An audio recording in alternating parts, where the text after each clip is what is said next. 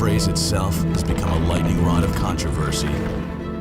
The World Meteorological Organization issued a red alert warning today. One of the many worries about how the planet is changing, thanks in part to human activity, is the record-shattering warming of the world's oceans. Let's listen to the consensus of the scientific community wherein they've said this is real. We can't explain it all, but it is happening. The oceans are boiling, the temperate zones are becoming intemperate, and we see anecdotal evidence everywhere, however, about the so-called science and the scientists. A lot of what they say is based on computer modeling and very limited information. And now, The Edwin Black Show.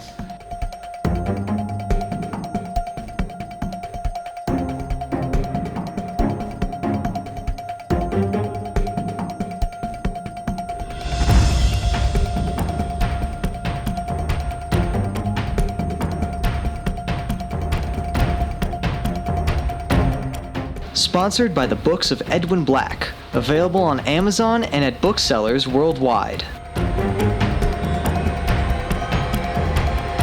And now, here's Edwin.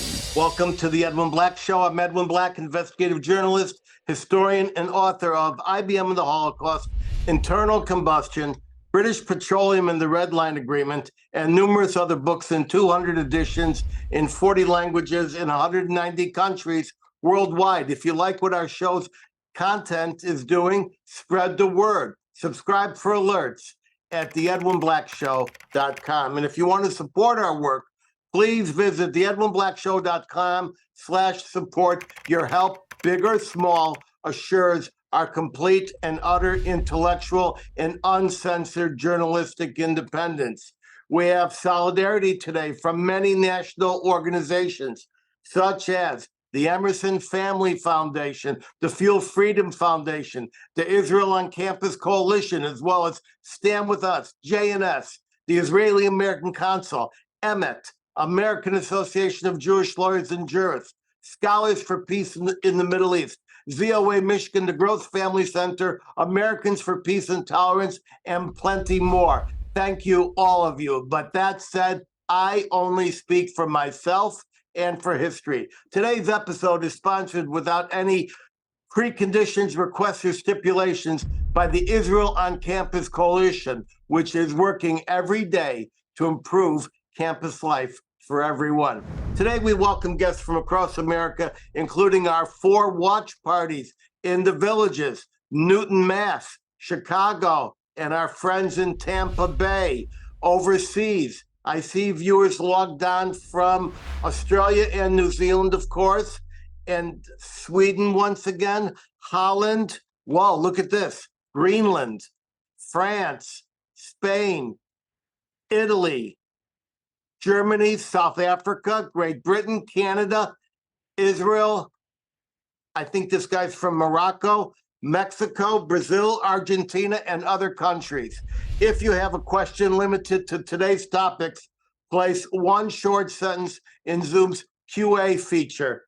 Wes, that's just one short sentence.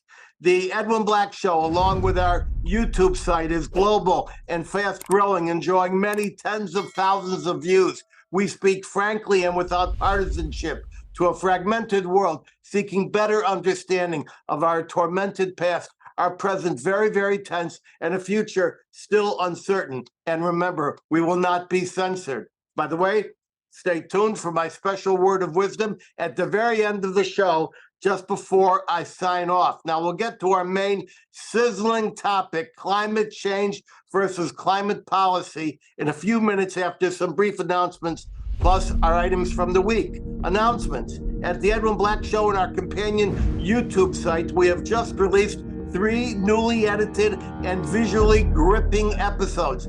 First, we dig back and recall that Vermont is America's most anti-Semitic and anti-Israel state, and we document with visual punch how the Burlington City Council afflicted America's Jews on the days of awe, that is, on the eve of Yom Kippur.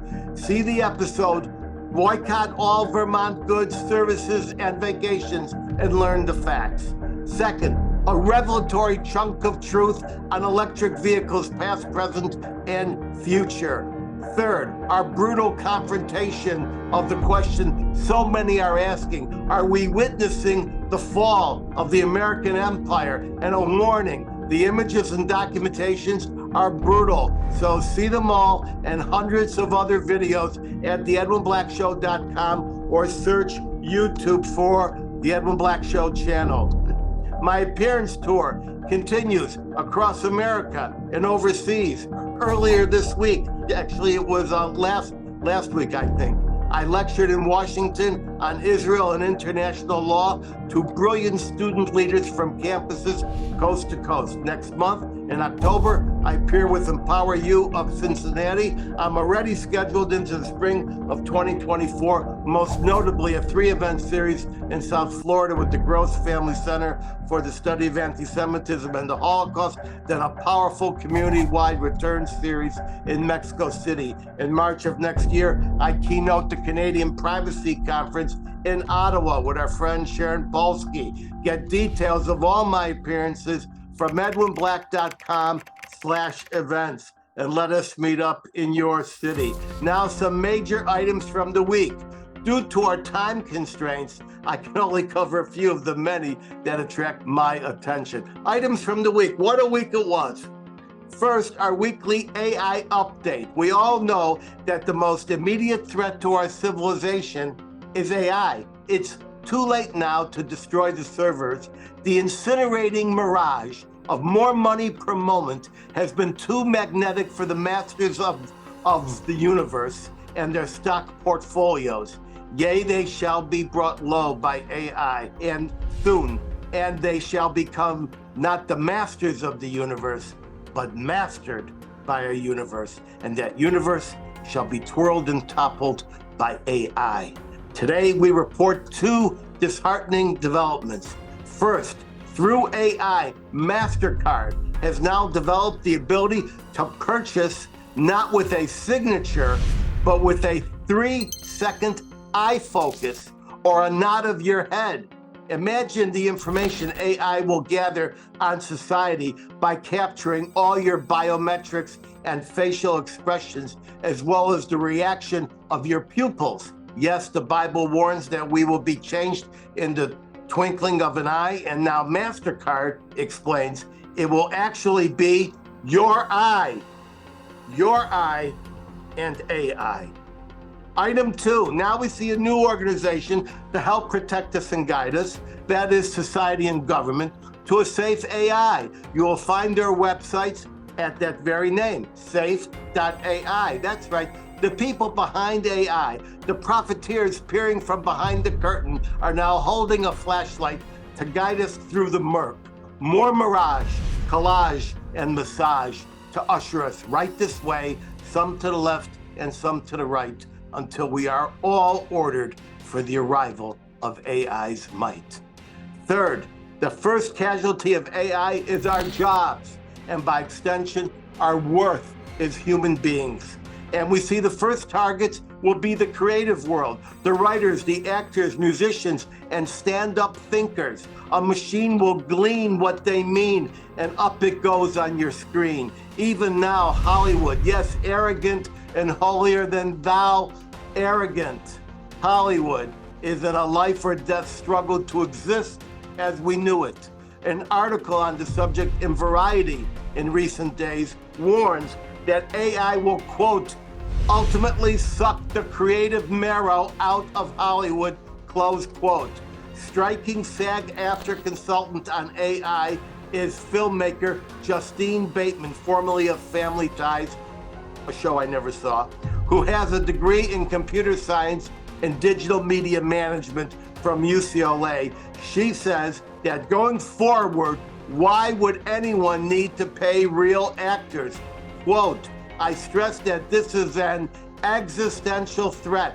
And if they can do this with actors, they can do it with writers, directors, cinematographers. Everyone will all be replaced with Frankenstein spoonfuls of our own work, close quote. She added the tech is improving at an alarming rate, and she concludes, quote, "This is an existential threat."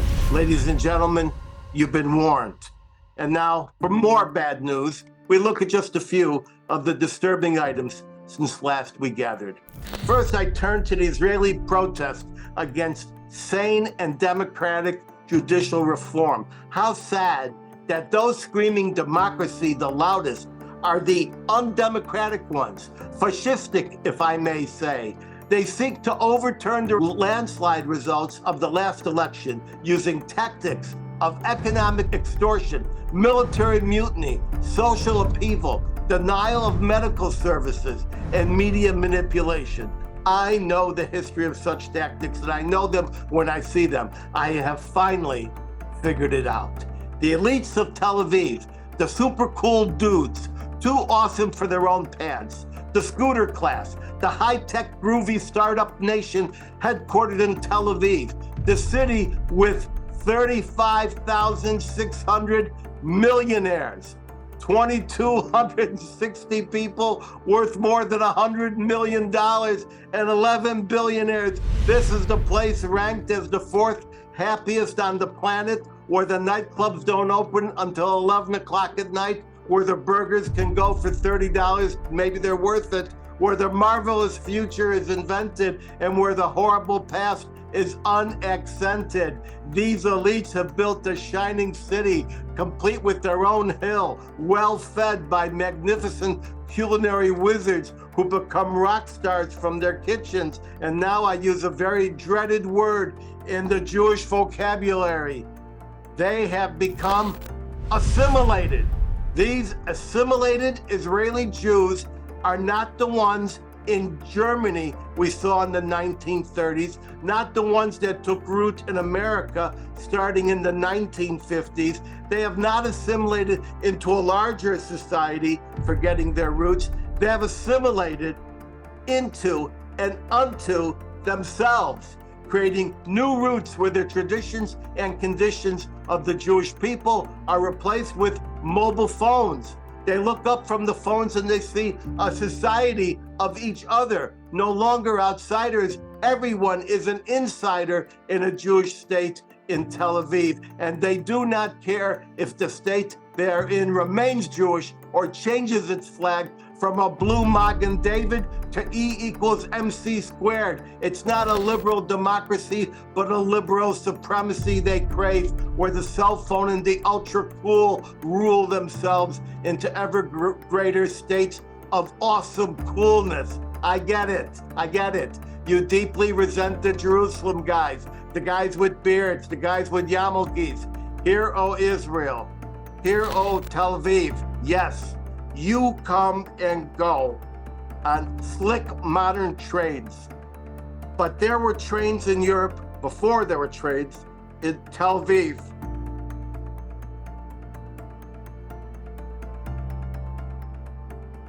The tracks of those trains are still there, waiting for the right moment. Second, of these items that caught my attention, a stocky, bushy-bearded man with monster muscles declared himself a transgendered female, then entered a woman's weightlifting competition in Canada, where he won the prize and smashed all those records. This is a fraud. We make efforts to respect, tolerate, and welcome people regardless of their identification. But everywhere we see people stealing, expropriating, and masquerading with identities for motives beyond personality conflict and mental anguish. That is where we draw the line to protect society. We see online people changing their racial identity, national identity, and other identities for many reasons. Some, such as the man Dylan Mulvaney, who hooked up with Bud Light as part of a multi-million-dollar enterprise. Okay, that is their commercial and personal business. We understand Rachel Dolezal of white European extraction claimed to be black. Okay, but then she can't go into the legal arena and ask for reparations for 40 acres and a mule. In 1964, Arabs stole the Jewish identity of Palestinians, and those were Jews. In Russia, the effort to save Russian Jewry was permeated with Russian Orthodox, Greek Orthodox, desperate to take a Jewish exit share to leave Russia. We have seen financial gangsters try to co-opt Native American ancestry to set up gambling casinos on native lands. The Nazis pilfered the identity of the ancient Persians and called themselves Aryans. None of that is okay. It took generations to develop equality for women in politics, personal choice, economic involvement, and sports. Now we are sacrificing women with transgender hypnosis, lovingly tolerating personal choice and your fellow person and minding your own business is a good thing. It's one I ascribe to. But when the tyranny of the extreme minority becomes as toxic as the tyranny of the overwhelming majority and robs women of an equal chance, I say no. Men, if you have a male organ hanging there, you are not a woman. Rudy Giuliani and Hoover and a community of drag queens like to dress up and play female roles. But the real females have dreams too. They have rights too. And larger society has a right to see authentic women exercise their rights, free from the latest iteration of male domination and intimidation. And now, today's thermally hot and terrifying topic: climate change versus climate policy. Let's not waste any time getting to my message. Climate change is real. Climate policy is all a fraud. This episode will leave out 99% of everything as it must, but it will be the beginning of our conversation, as we often have on the show. We will schedule follow-up episodes. Let me start with myself and my approach. I have many great triumphs and success in my life, in many fields and on many topics, but I have two monumental, heartbreaking failures. First, I was not able to replace the United Nations with a new Council of Democratic Countries. Second, and to our point today, I was not able to convince America to get off of oil.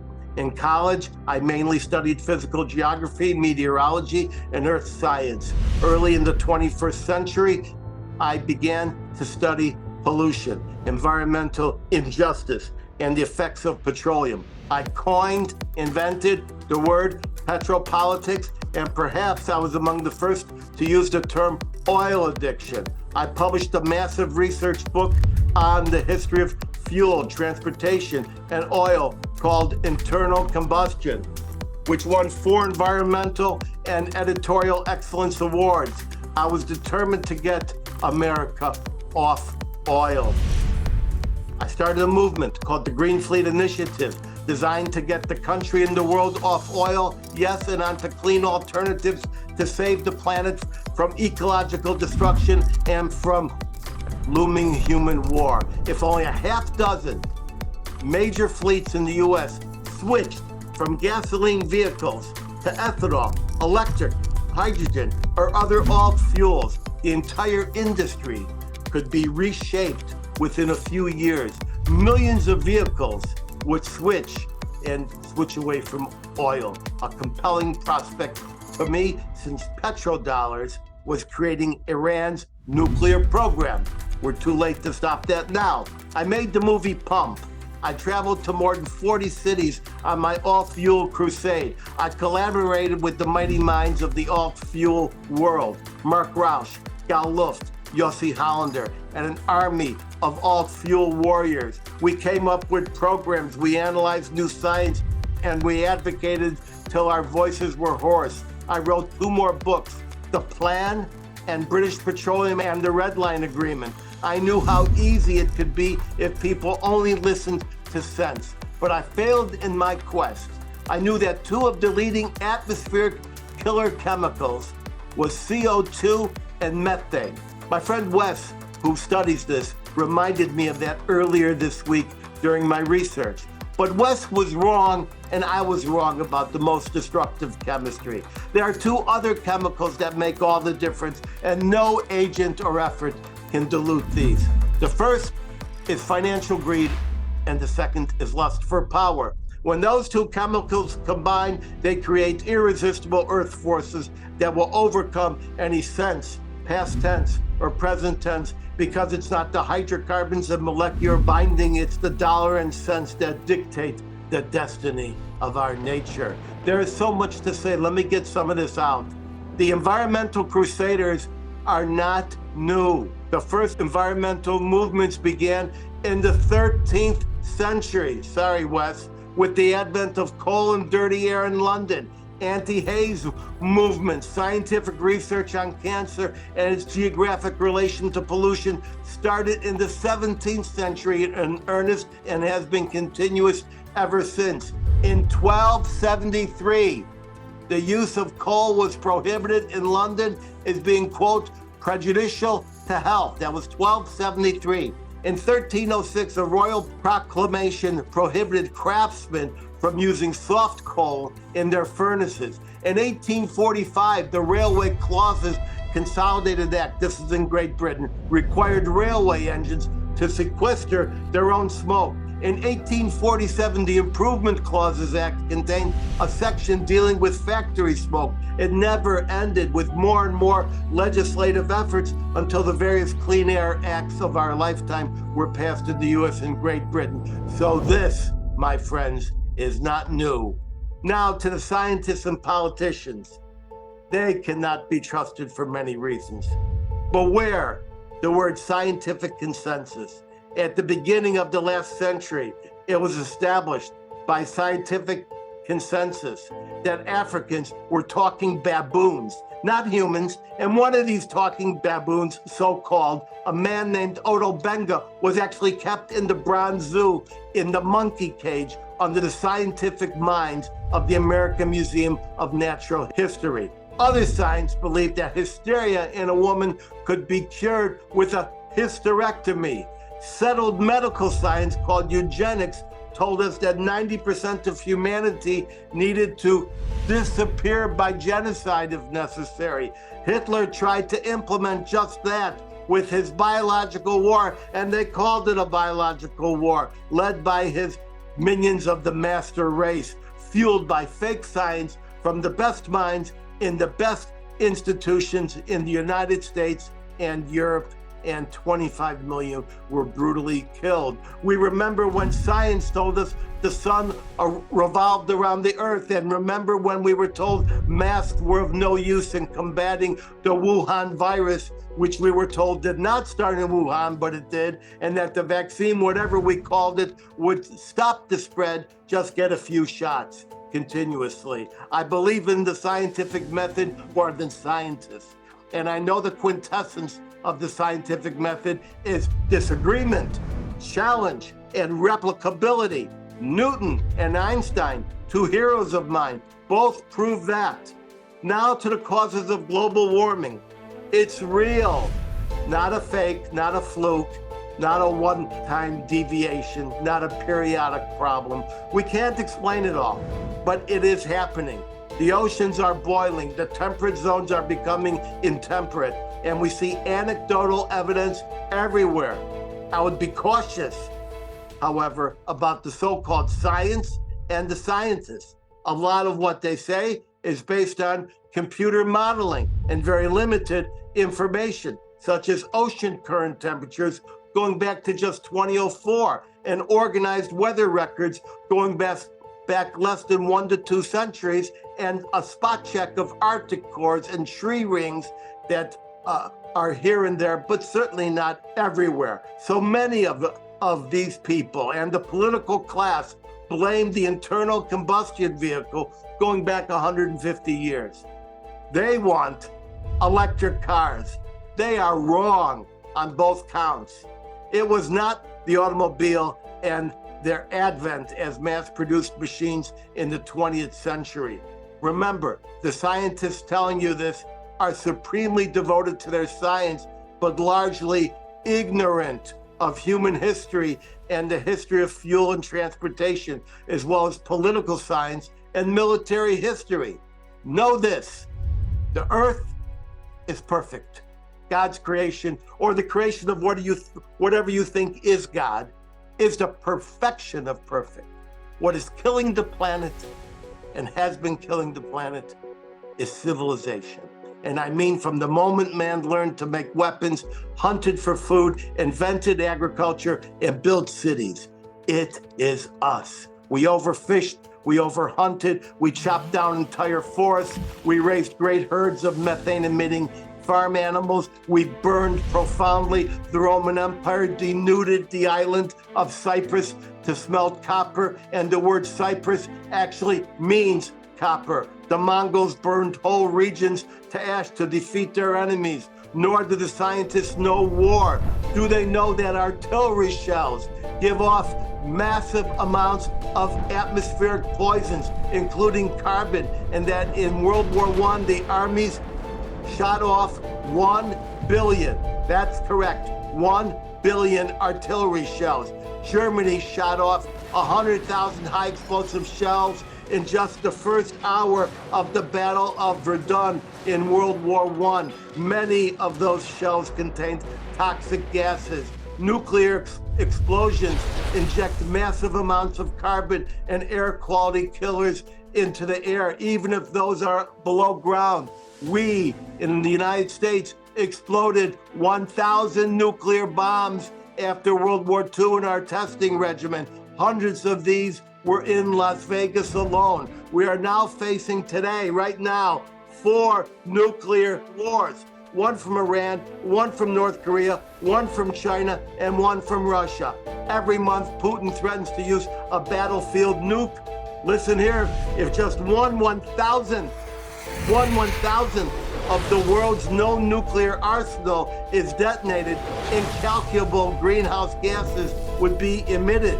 Yet we, today, in Washington, pursue war with nuclear enemies. And just a few days ago, we sent $24 billion to Ukraine in its war effort. And by the way, we have almost depleted our stock of artillery shells. By the way, roughly half of all combustible material in a city will give off carbon. So if there's any nuclear exchange anywhere, you're going to see massive amounts of carbon. World militaries in peacetime and war, both are estimated to produce 5.5% of all greenhouse gases. And that's just now.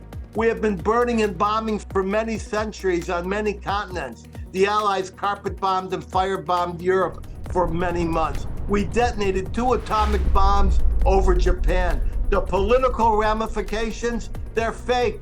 I was told 2 things this week by a Democrat, that the Republicans deny climate threats and the Democrats confirm it. But then, and I'm quoting, then the Democrats stab you in the back, close quote. That's because the Biden administration and the democratically controlled criminal enterprises called labor unions, especially auto workers, will not allow electric vehicles or buses to succeed in their generation because it would make those workers obsolete since EVs have no motors. This is why the post office doesn't replace all new vehicles with alt fuel, which would transform millions of vehicles off gasoline and within about a year. This is why ethanol is not flowing at 85%, is shown in the movie Pump, done by Yossi Hollander, as Brazil is doing now. And yet Brazil has been long time blocked from extending its ethanol regime to Florida, Texas, and the Caribbean. This is why Biden legislates to exclude Tesla, the most prolific EV maker on earth. This is why the 1997 Kyoto Protocol and the recent COP26 environmental conference both set forth strict environmental guidelines for governments, but with a secret carve-out for militaries, which are run by those governments. It's just burning. It's pavement, it's concrete, it's black tar roofs, tree destruction, beef shipped in from 2,000 miles away, feedlots. It's not just cars, it's mankind. It's 11,300 years of civilization. It's the stupidity of declaring China a developing country and allowing it to add one coal-burning plant almost every week to keep up the heavy industry demand for EV and battery components, as well as other green stuff. It's the racist folly of asking Africa to starve before we create a food distribution network involving roads and vehicles. I guess it wasn't enough to murder millions of them for rubber so we could run these cars and have tires. And mainly it's the folly of not keeping the internal combustion machine, best volumetric way to power a vehicle, but with ethanol or alcohol fuels, bacterial fuels, hydrogen, and with new emerging technologies of emission capture or neutralization treatments that turn tailpipe emissions to zero. Yes, the technology is primitive now, but every year it's going to get better.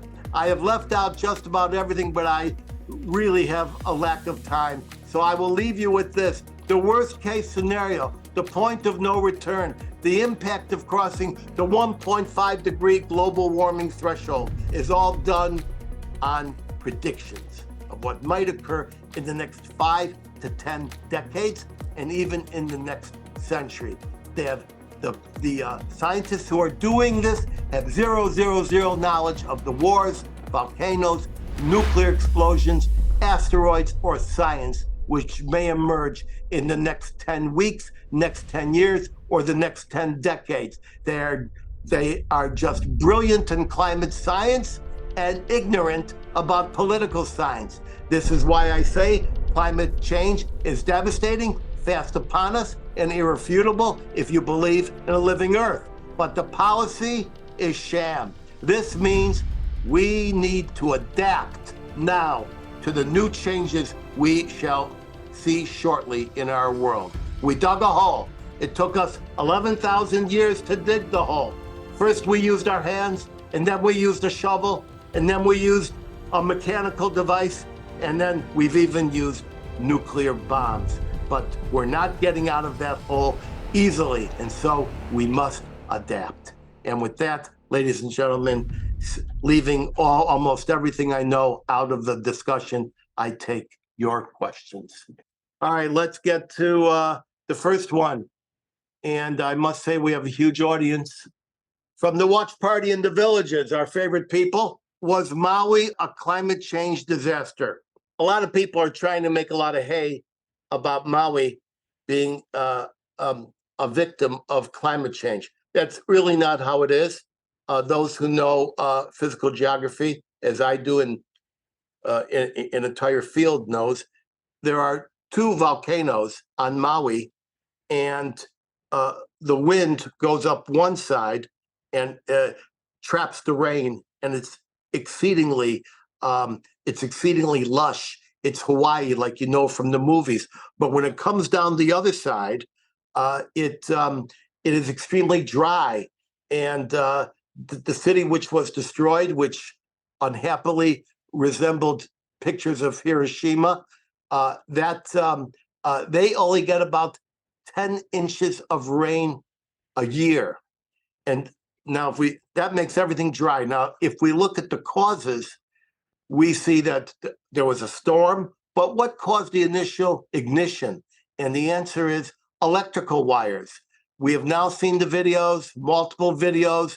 The local electrical company left their electrical wires in disrepair. They did not shut them down when the time came. And there's video of that. There's already been a multi-million-dollar class action filed against those power companies for the damage that they may have caused.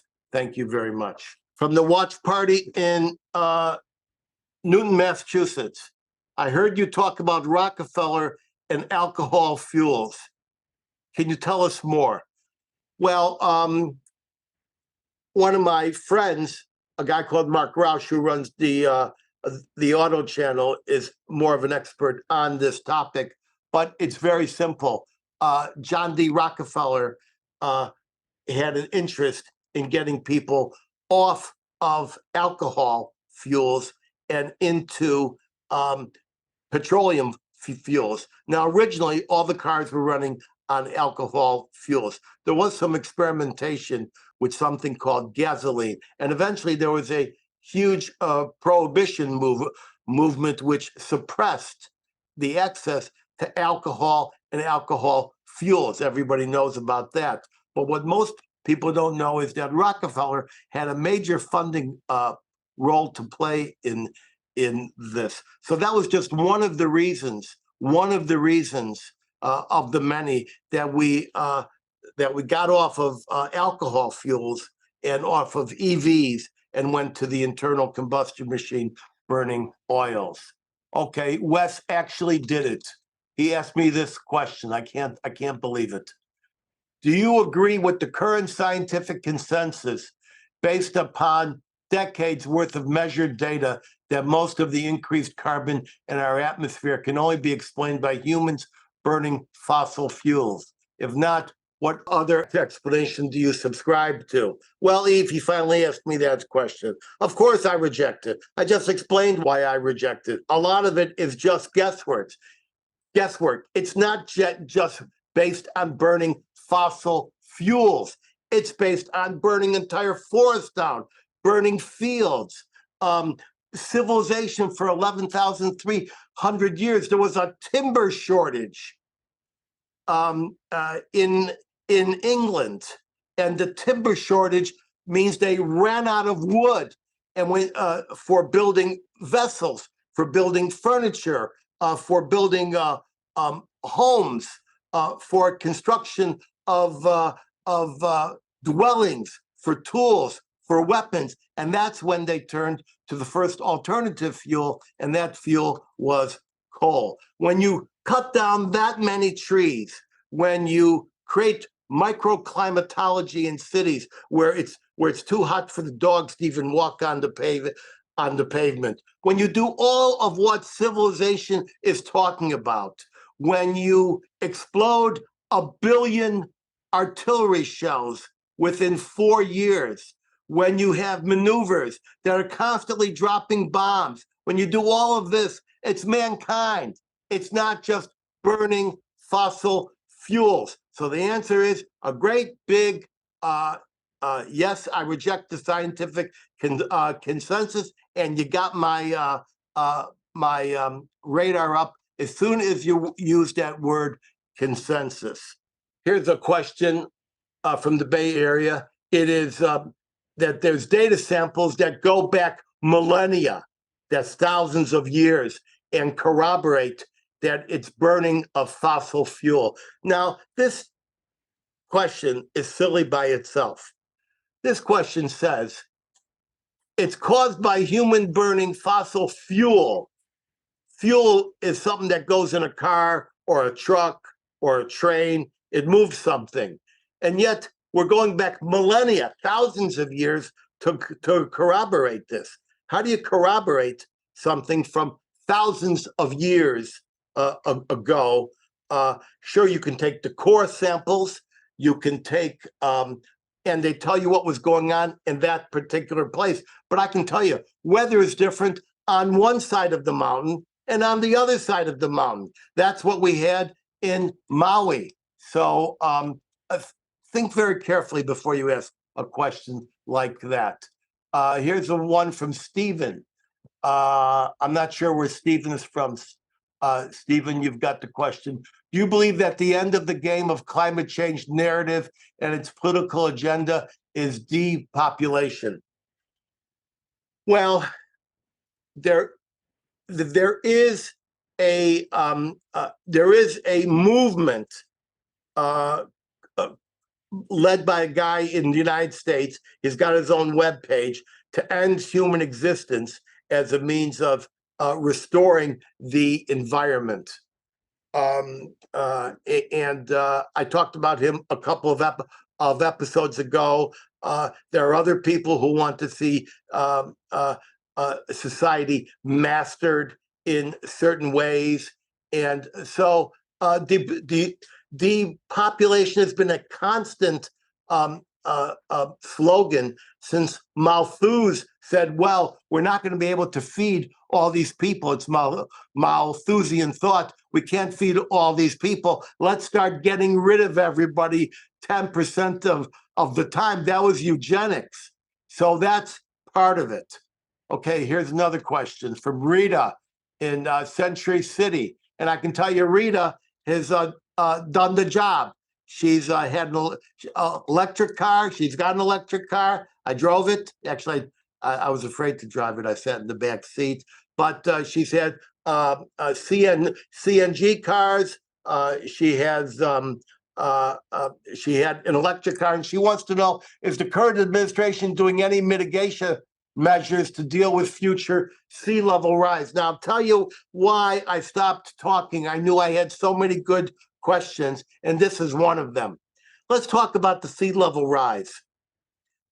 If you study the advancement of continents and continental drift through the moving of the tectonic plates, you see that the sea level rises have come and gone, and there have been land bridges, and they've come and gone, and that's how people moved across the planet.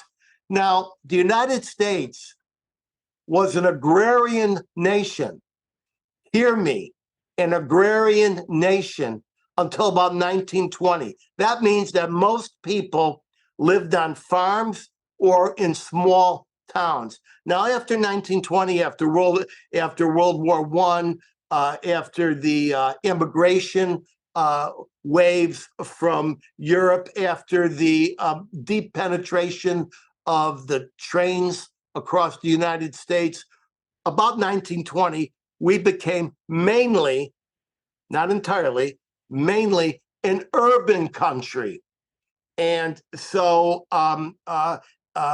when you have urban country, what you don't have large fields, you have construction. And anywhere there's the possibility of making a dime, someone's going to develop that land and turn it into concrete. Today, people are living on the seashore, on top of mountaintops, not far from your home in Century City, at the edge of Miami and Fort Lauderdale, in North Carolina and South Carolina, that they were never living in 50 years ago. They're dangerous. And so 50 years of advancement, and I know it could probably be 100 years in for some locations. We have basically come and dared nature to have a mudslide. We've dared nature to have a sea rise. We've dared nature to bring a hurricane to our door. And so those people on the edge, on the coastal areas, are going to have to adjust. There are people in Minneapolis now, and they go from building to building in sky bridges because it's too damn cold. Chicago built a couple of sky bridges. And there are people who live in the Arctic in shelters. There's I have friends in Dubai who tell me it's 135 degrees routinely there. I was in Israel at not far from Masada, and it was 135 degrees. That was some time ago. So people are going to have to adapt intelligently. We're going to have cooling systems. We're going to have chilling systems. We're going to have to live appropriately, and water rise will have to be adjusted. And I don't believe the current administration is doing anything about that. I think it's just about slogans and financial redistribution. Here's another question from the Bay Area. Do you disagree? See, never start your question with those three words. Do you disagree? Because as soon as you do that, I know what you're talking about. Do you disagree with the measurements taken by scientists measuring the three types of carbon isotopes in our atmosphere, where they found that the increased carbon were only the type that come from fossil fuel burning? This is hard science. Do you reject it? Of course, it's not hard science. It doesn't come just from fossil fuel burning. It also comes from tree burning. It also comes from not just from fuel. I think this is where you have to change your attitude. It's not just fuel, transportation. It's the whole package. It's the Industrial Revolution with smokestacks. The Industrial Revolution with smokestacks was not fuel. That was industrial smoke. The constant artillery shells that have been exploded for literally centuries. That is not fuel. Let's agree on carbon isotopes. I'm with you. But your mistake is, and the mistake of all these guys, because they lack the knowledge of the history of transportation, they lack the knowledge of the history of military affairs, they lack the knowledge of the history of political science. They don't seem to get it, that it's everything, not just one thing. It's the whole shooting match. It's civilization. We have dug a hole, and every opportunity we have had to get out of that hole, we have squandered. I had faith that something could be done when I wrote my book, Internal Combustion, and there was something called cash for clunkers. Barack Obama was, the federal government would give you money, and you would turn your old high mileage car in, get some cash, and get a brand new fuel efficient car. They changed that because of the corrupt unions. They said you don't need to replace it with a Toyota Insight.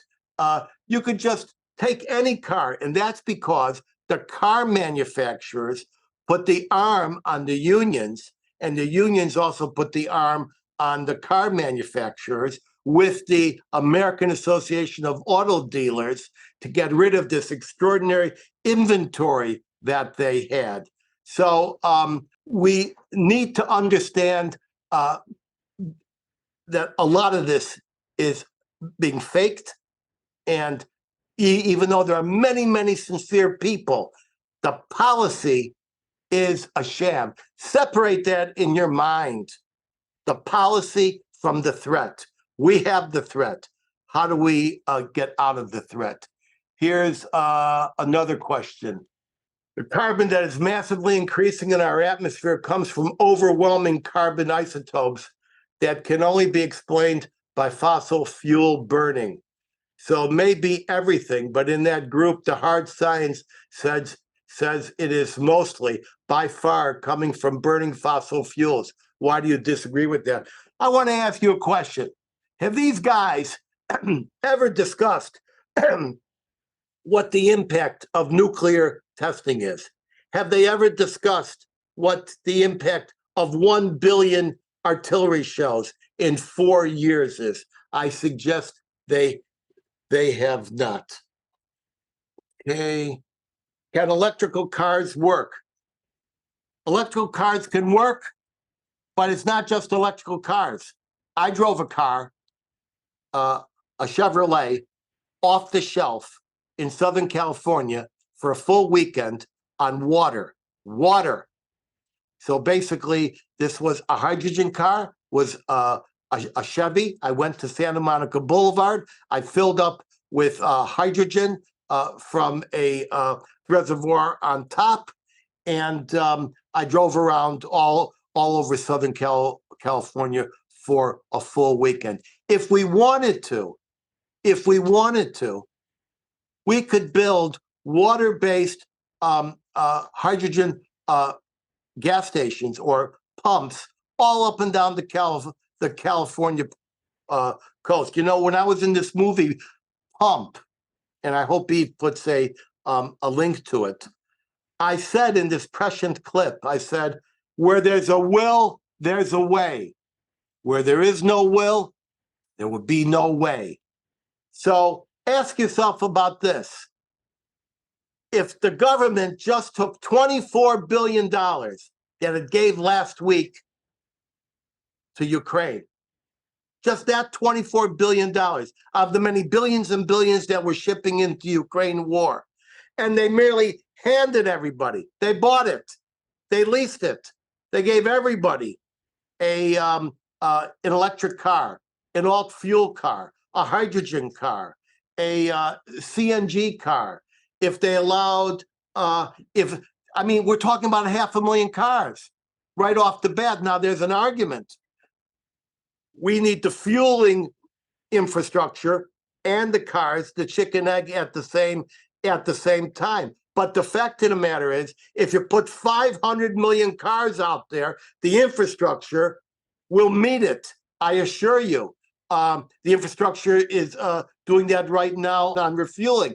I'm reminded of the time that I spent 1 year, I think Rita knows about this, 1 year trying to get Honda to sell one CNG car to a university in I believe it was Idaho, so that they could build an entire fleet of students to do that. And they never wanted to give them the one car. They didn't say, please give it to us for free. They said, can we just buy one? And at that time, the only way to get one from Honda was to buy it with the company's approval. Let's see what else we have here.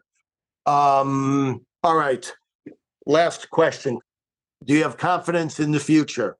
I always seem to get this kind of a question.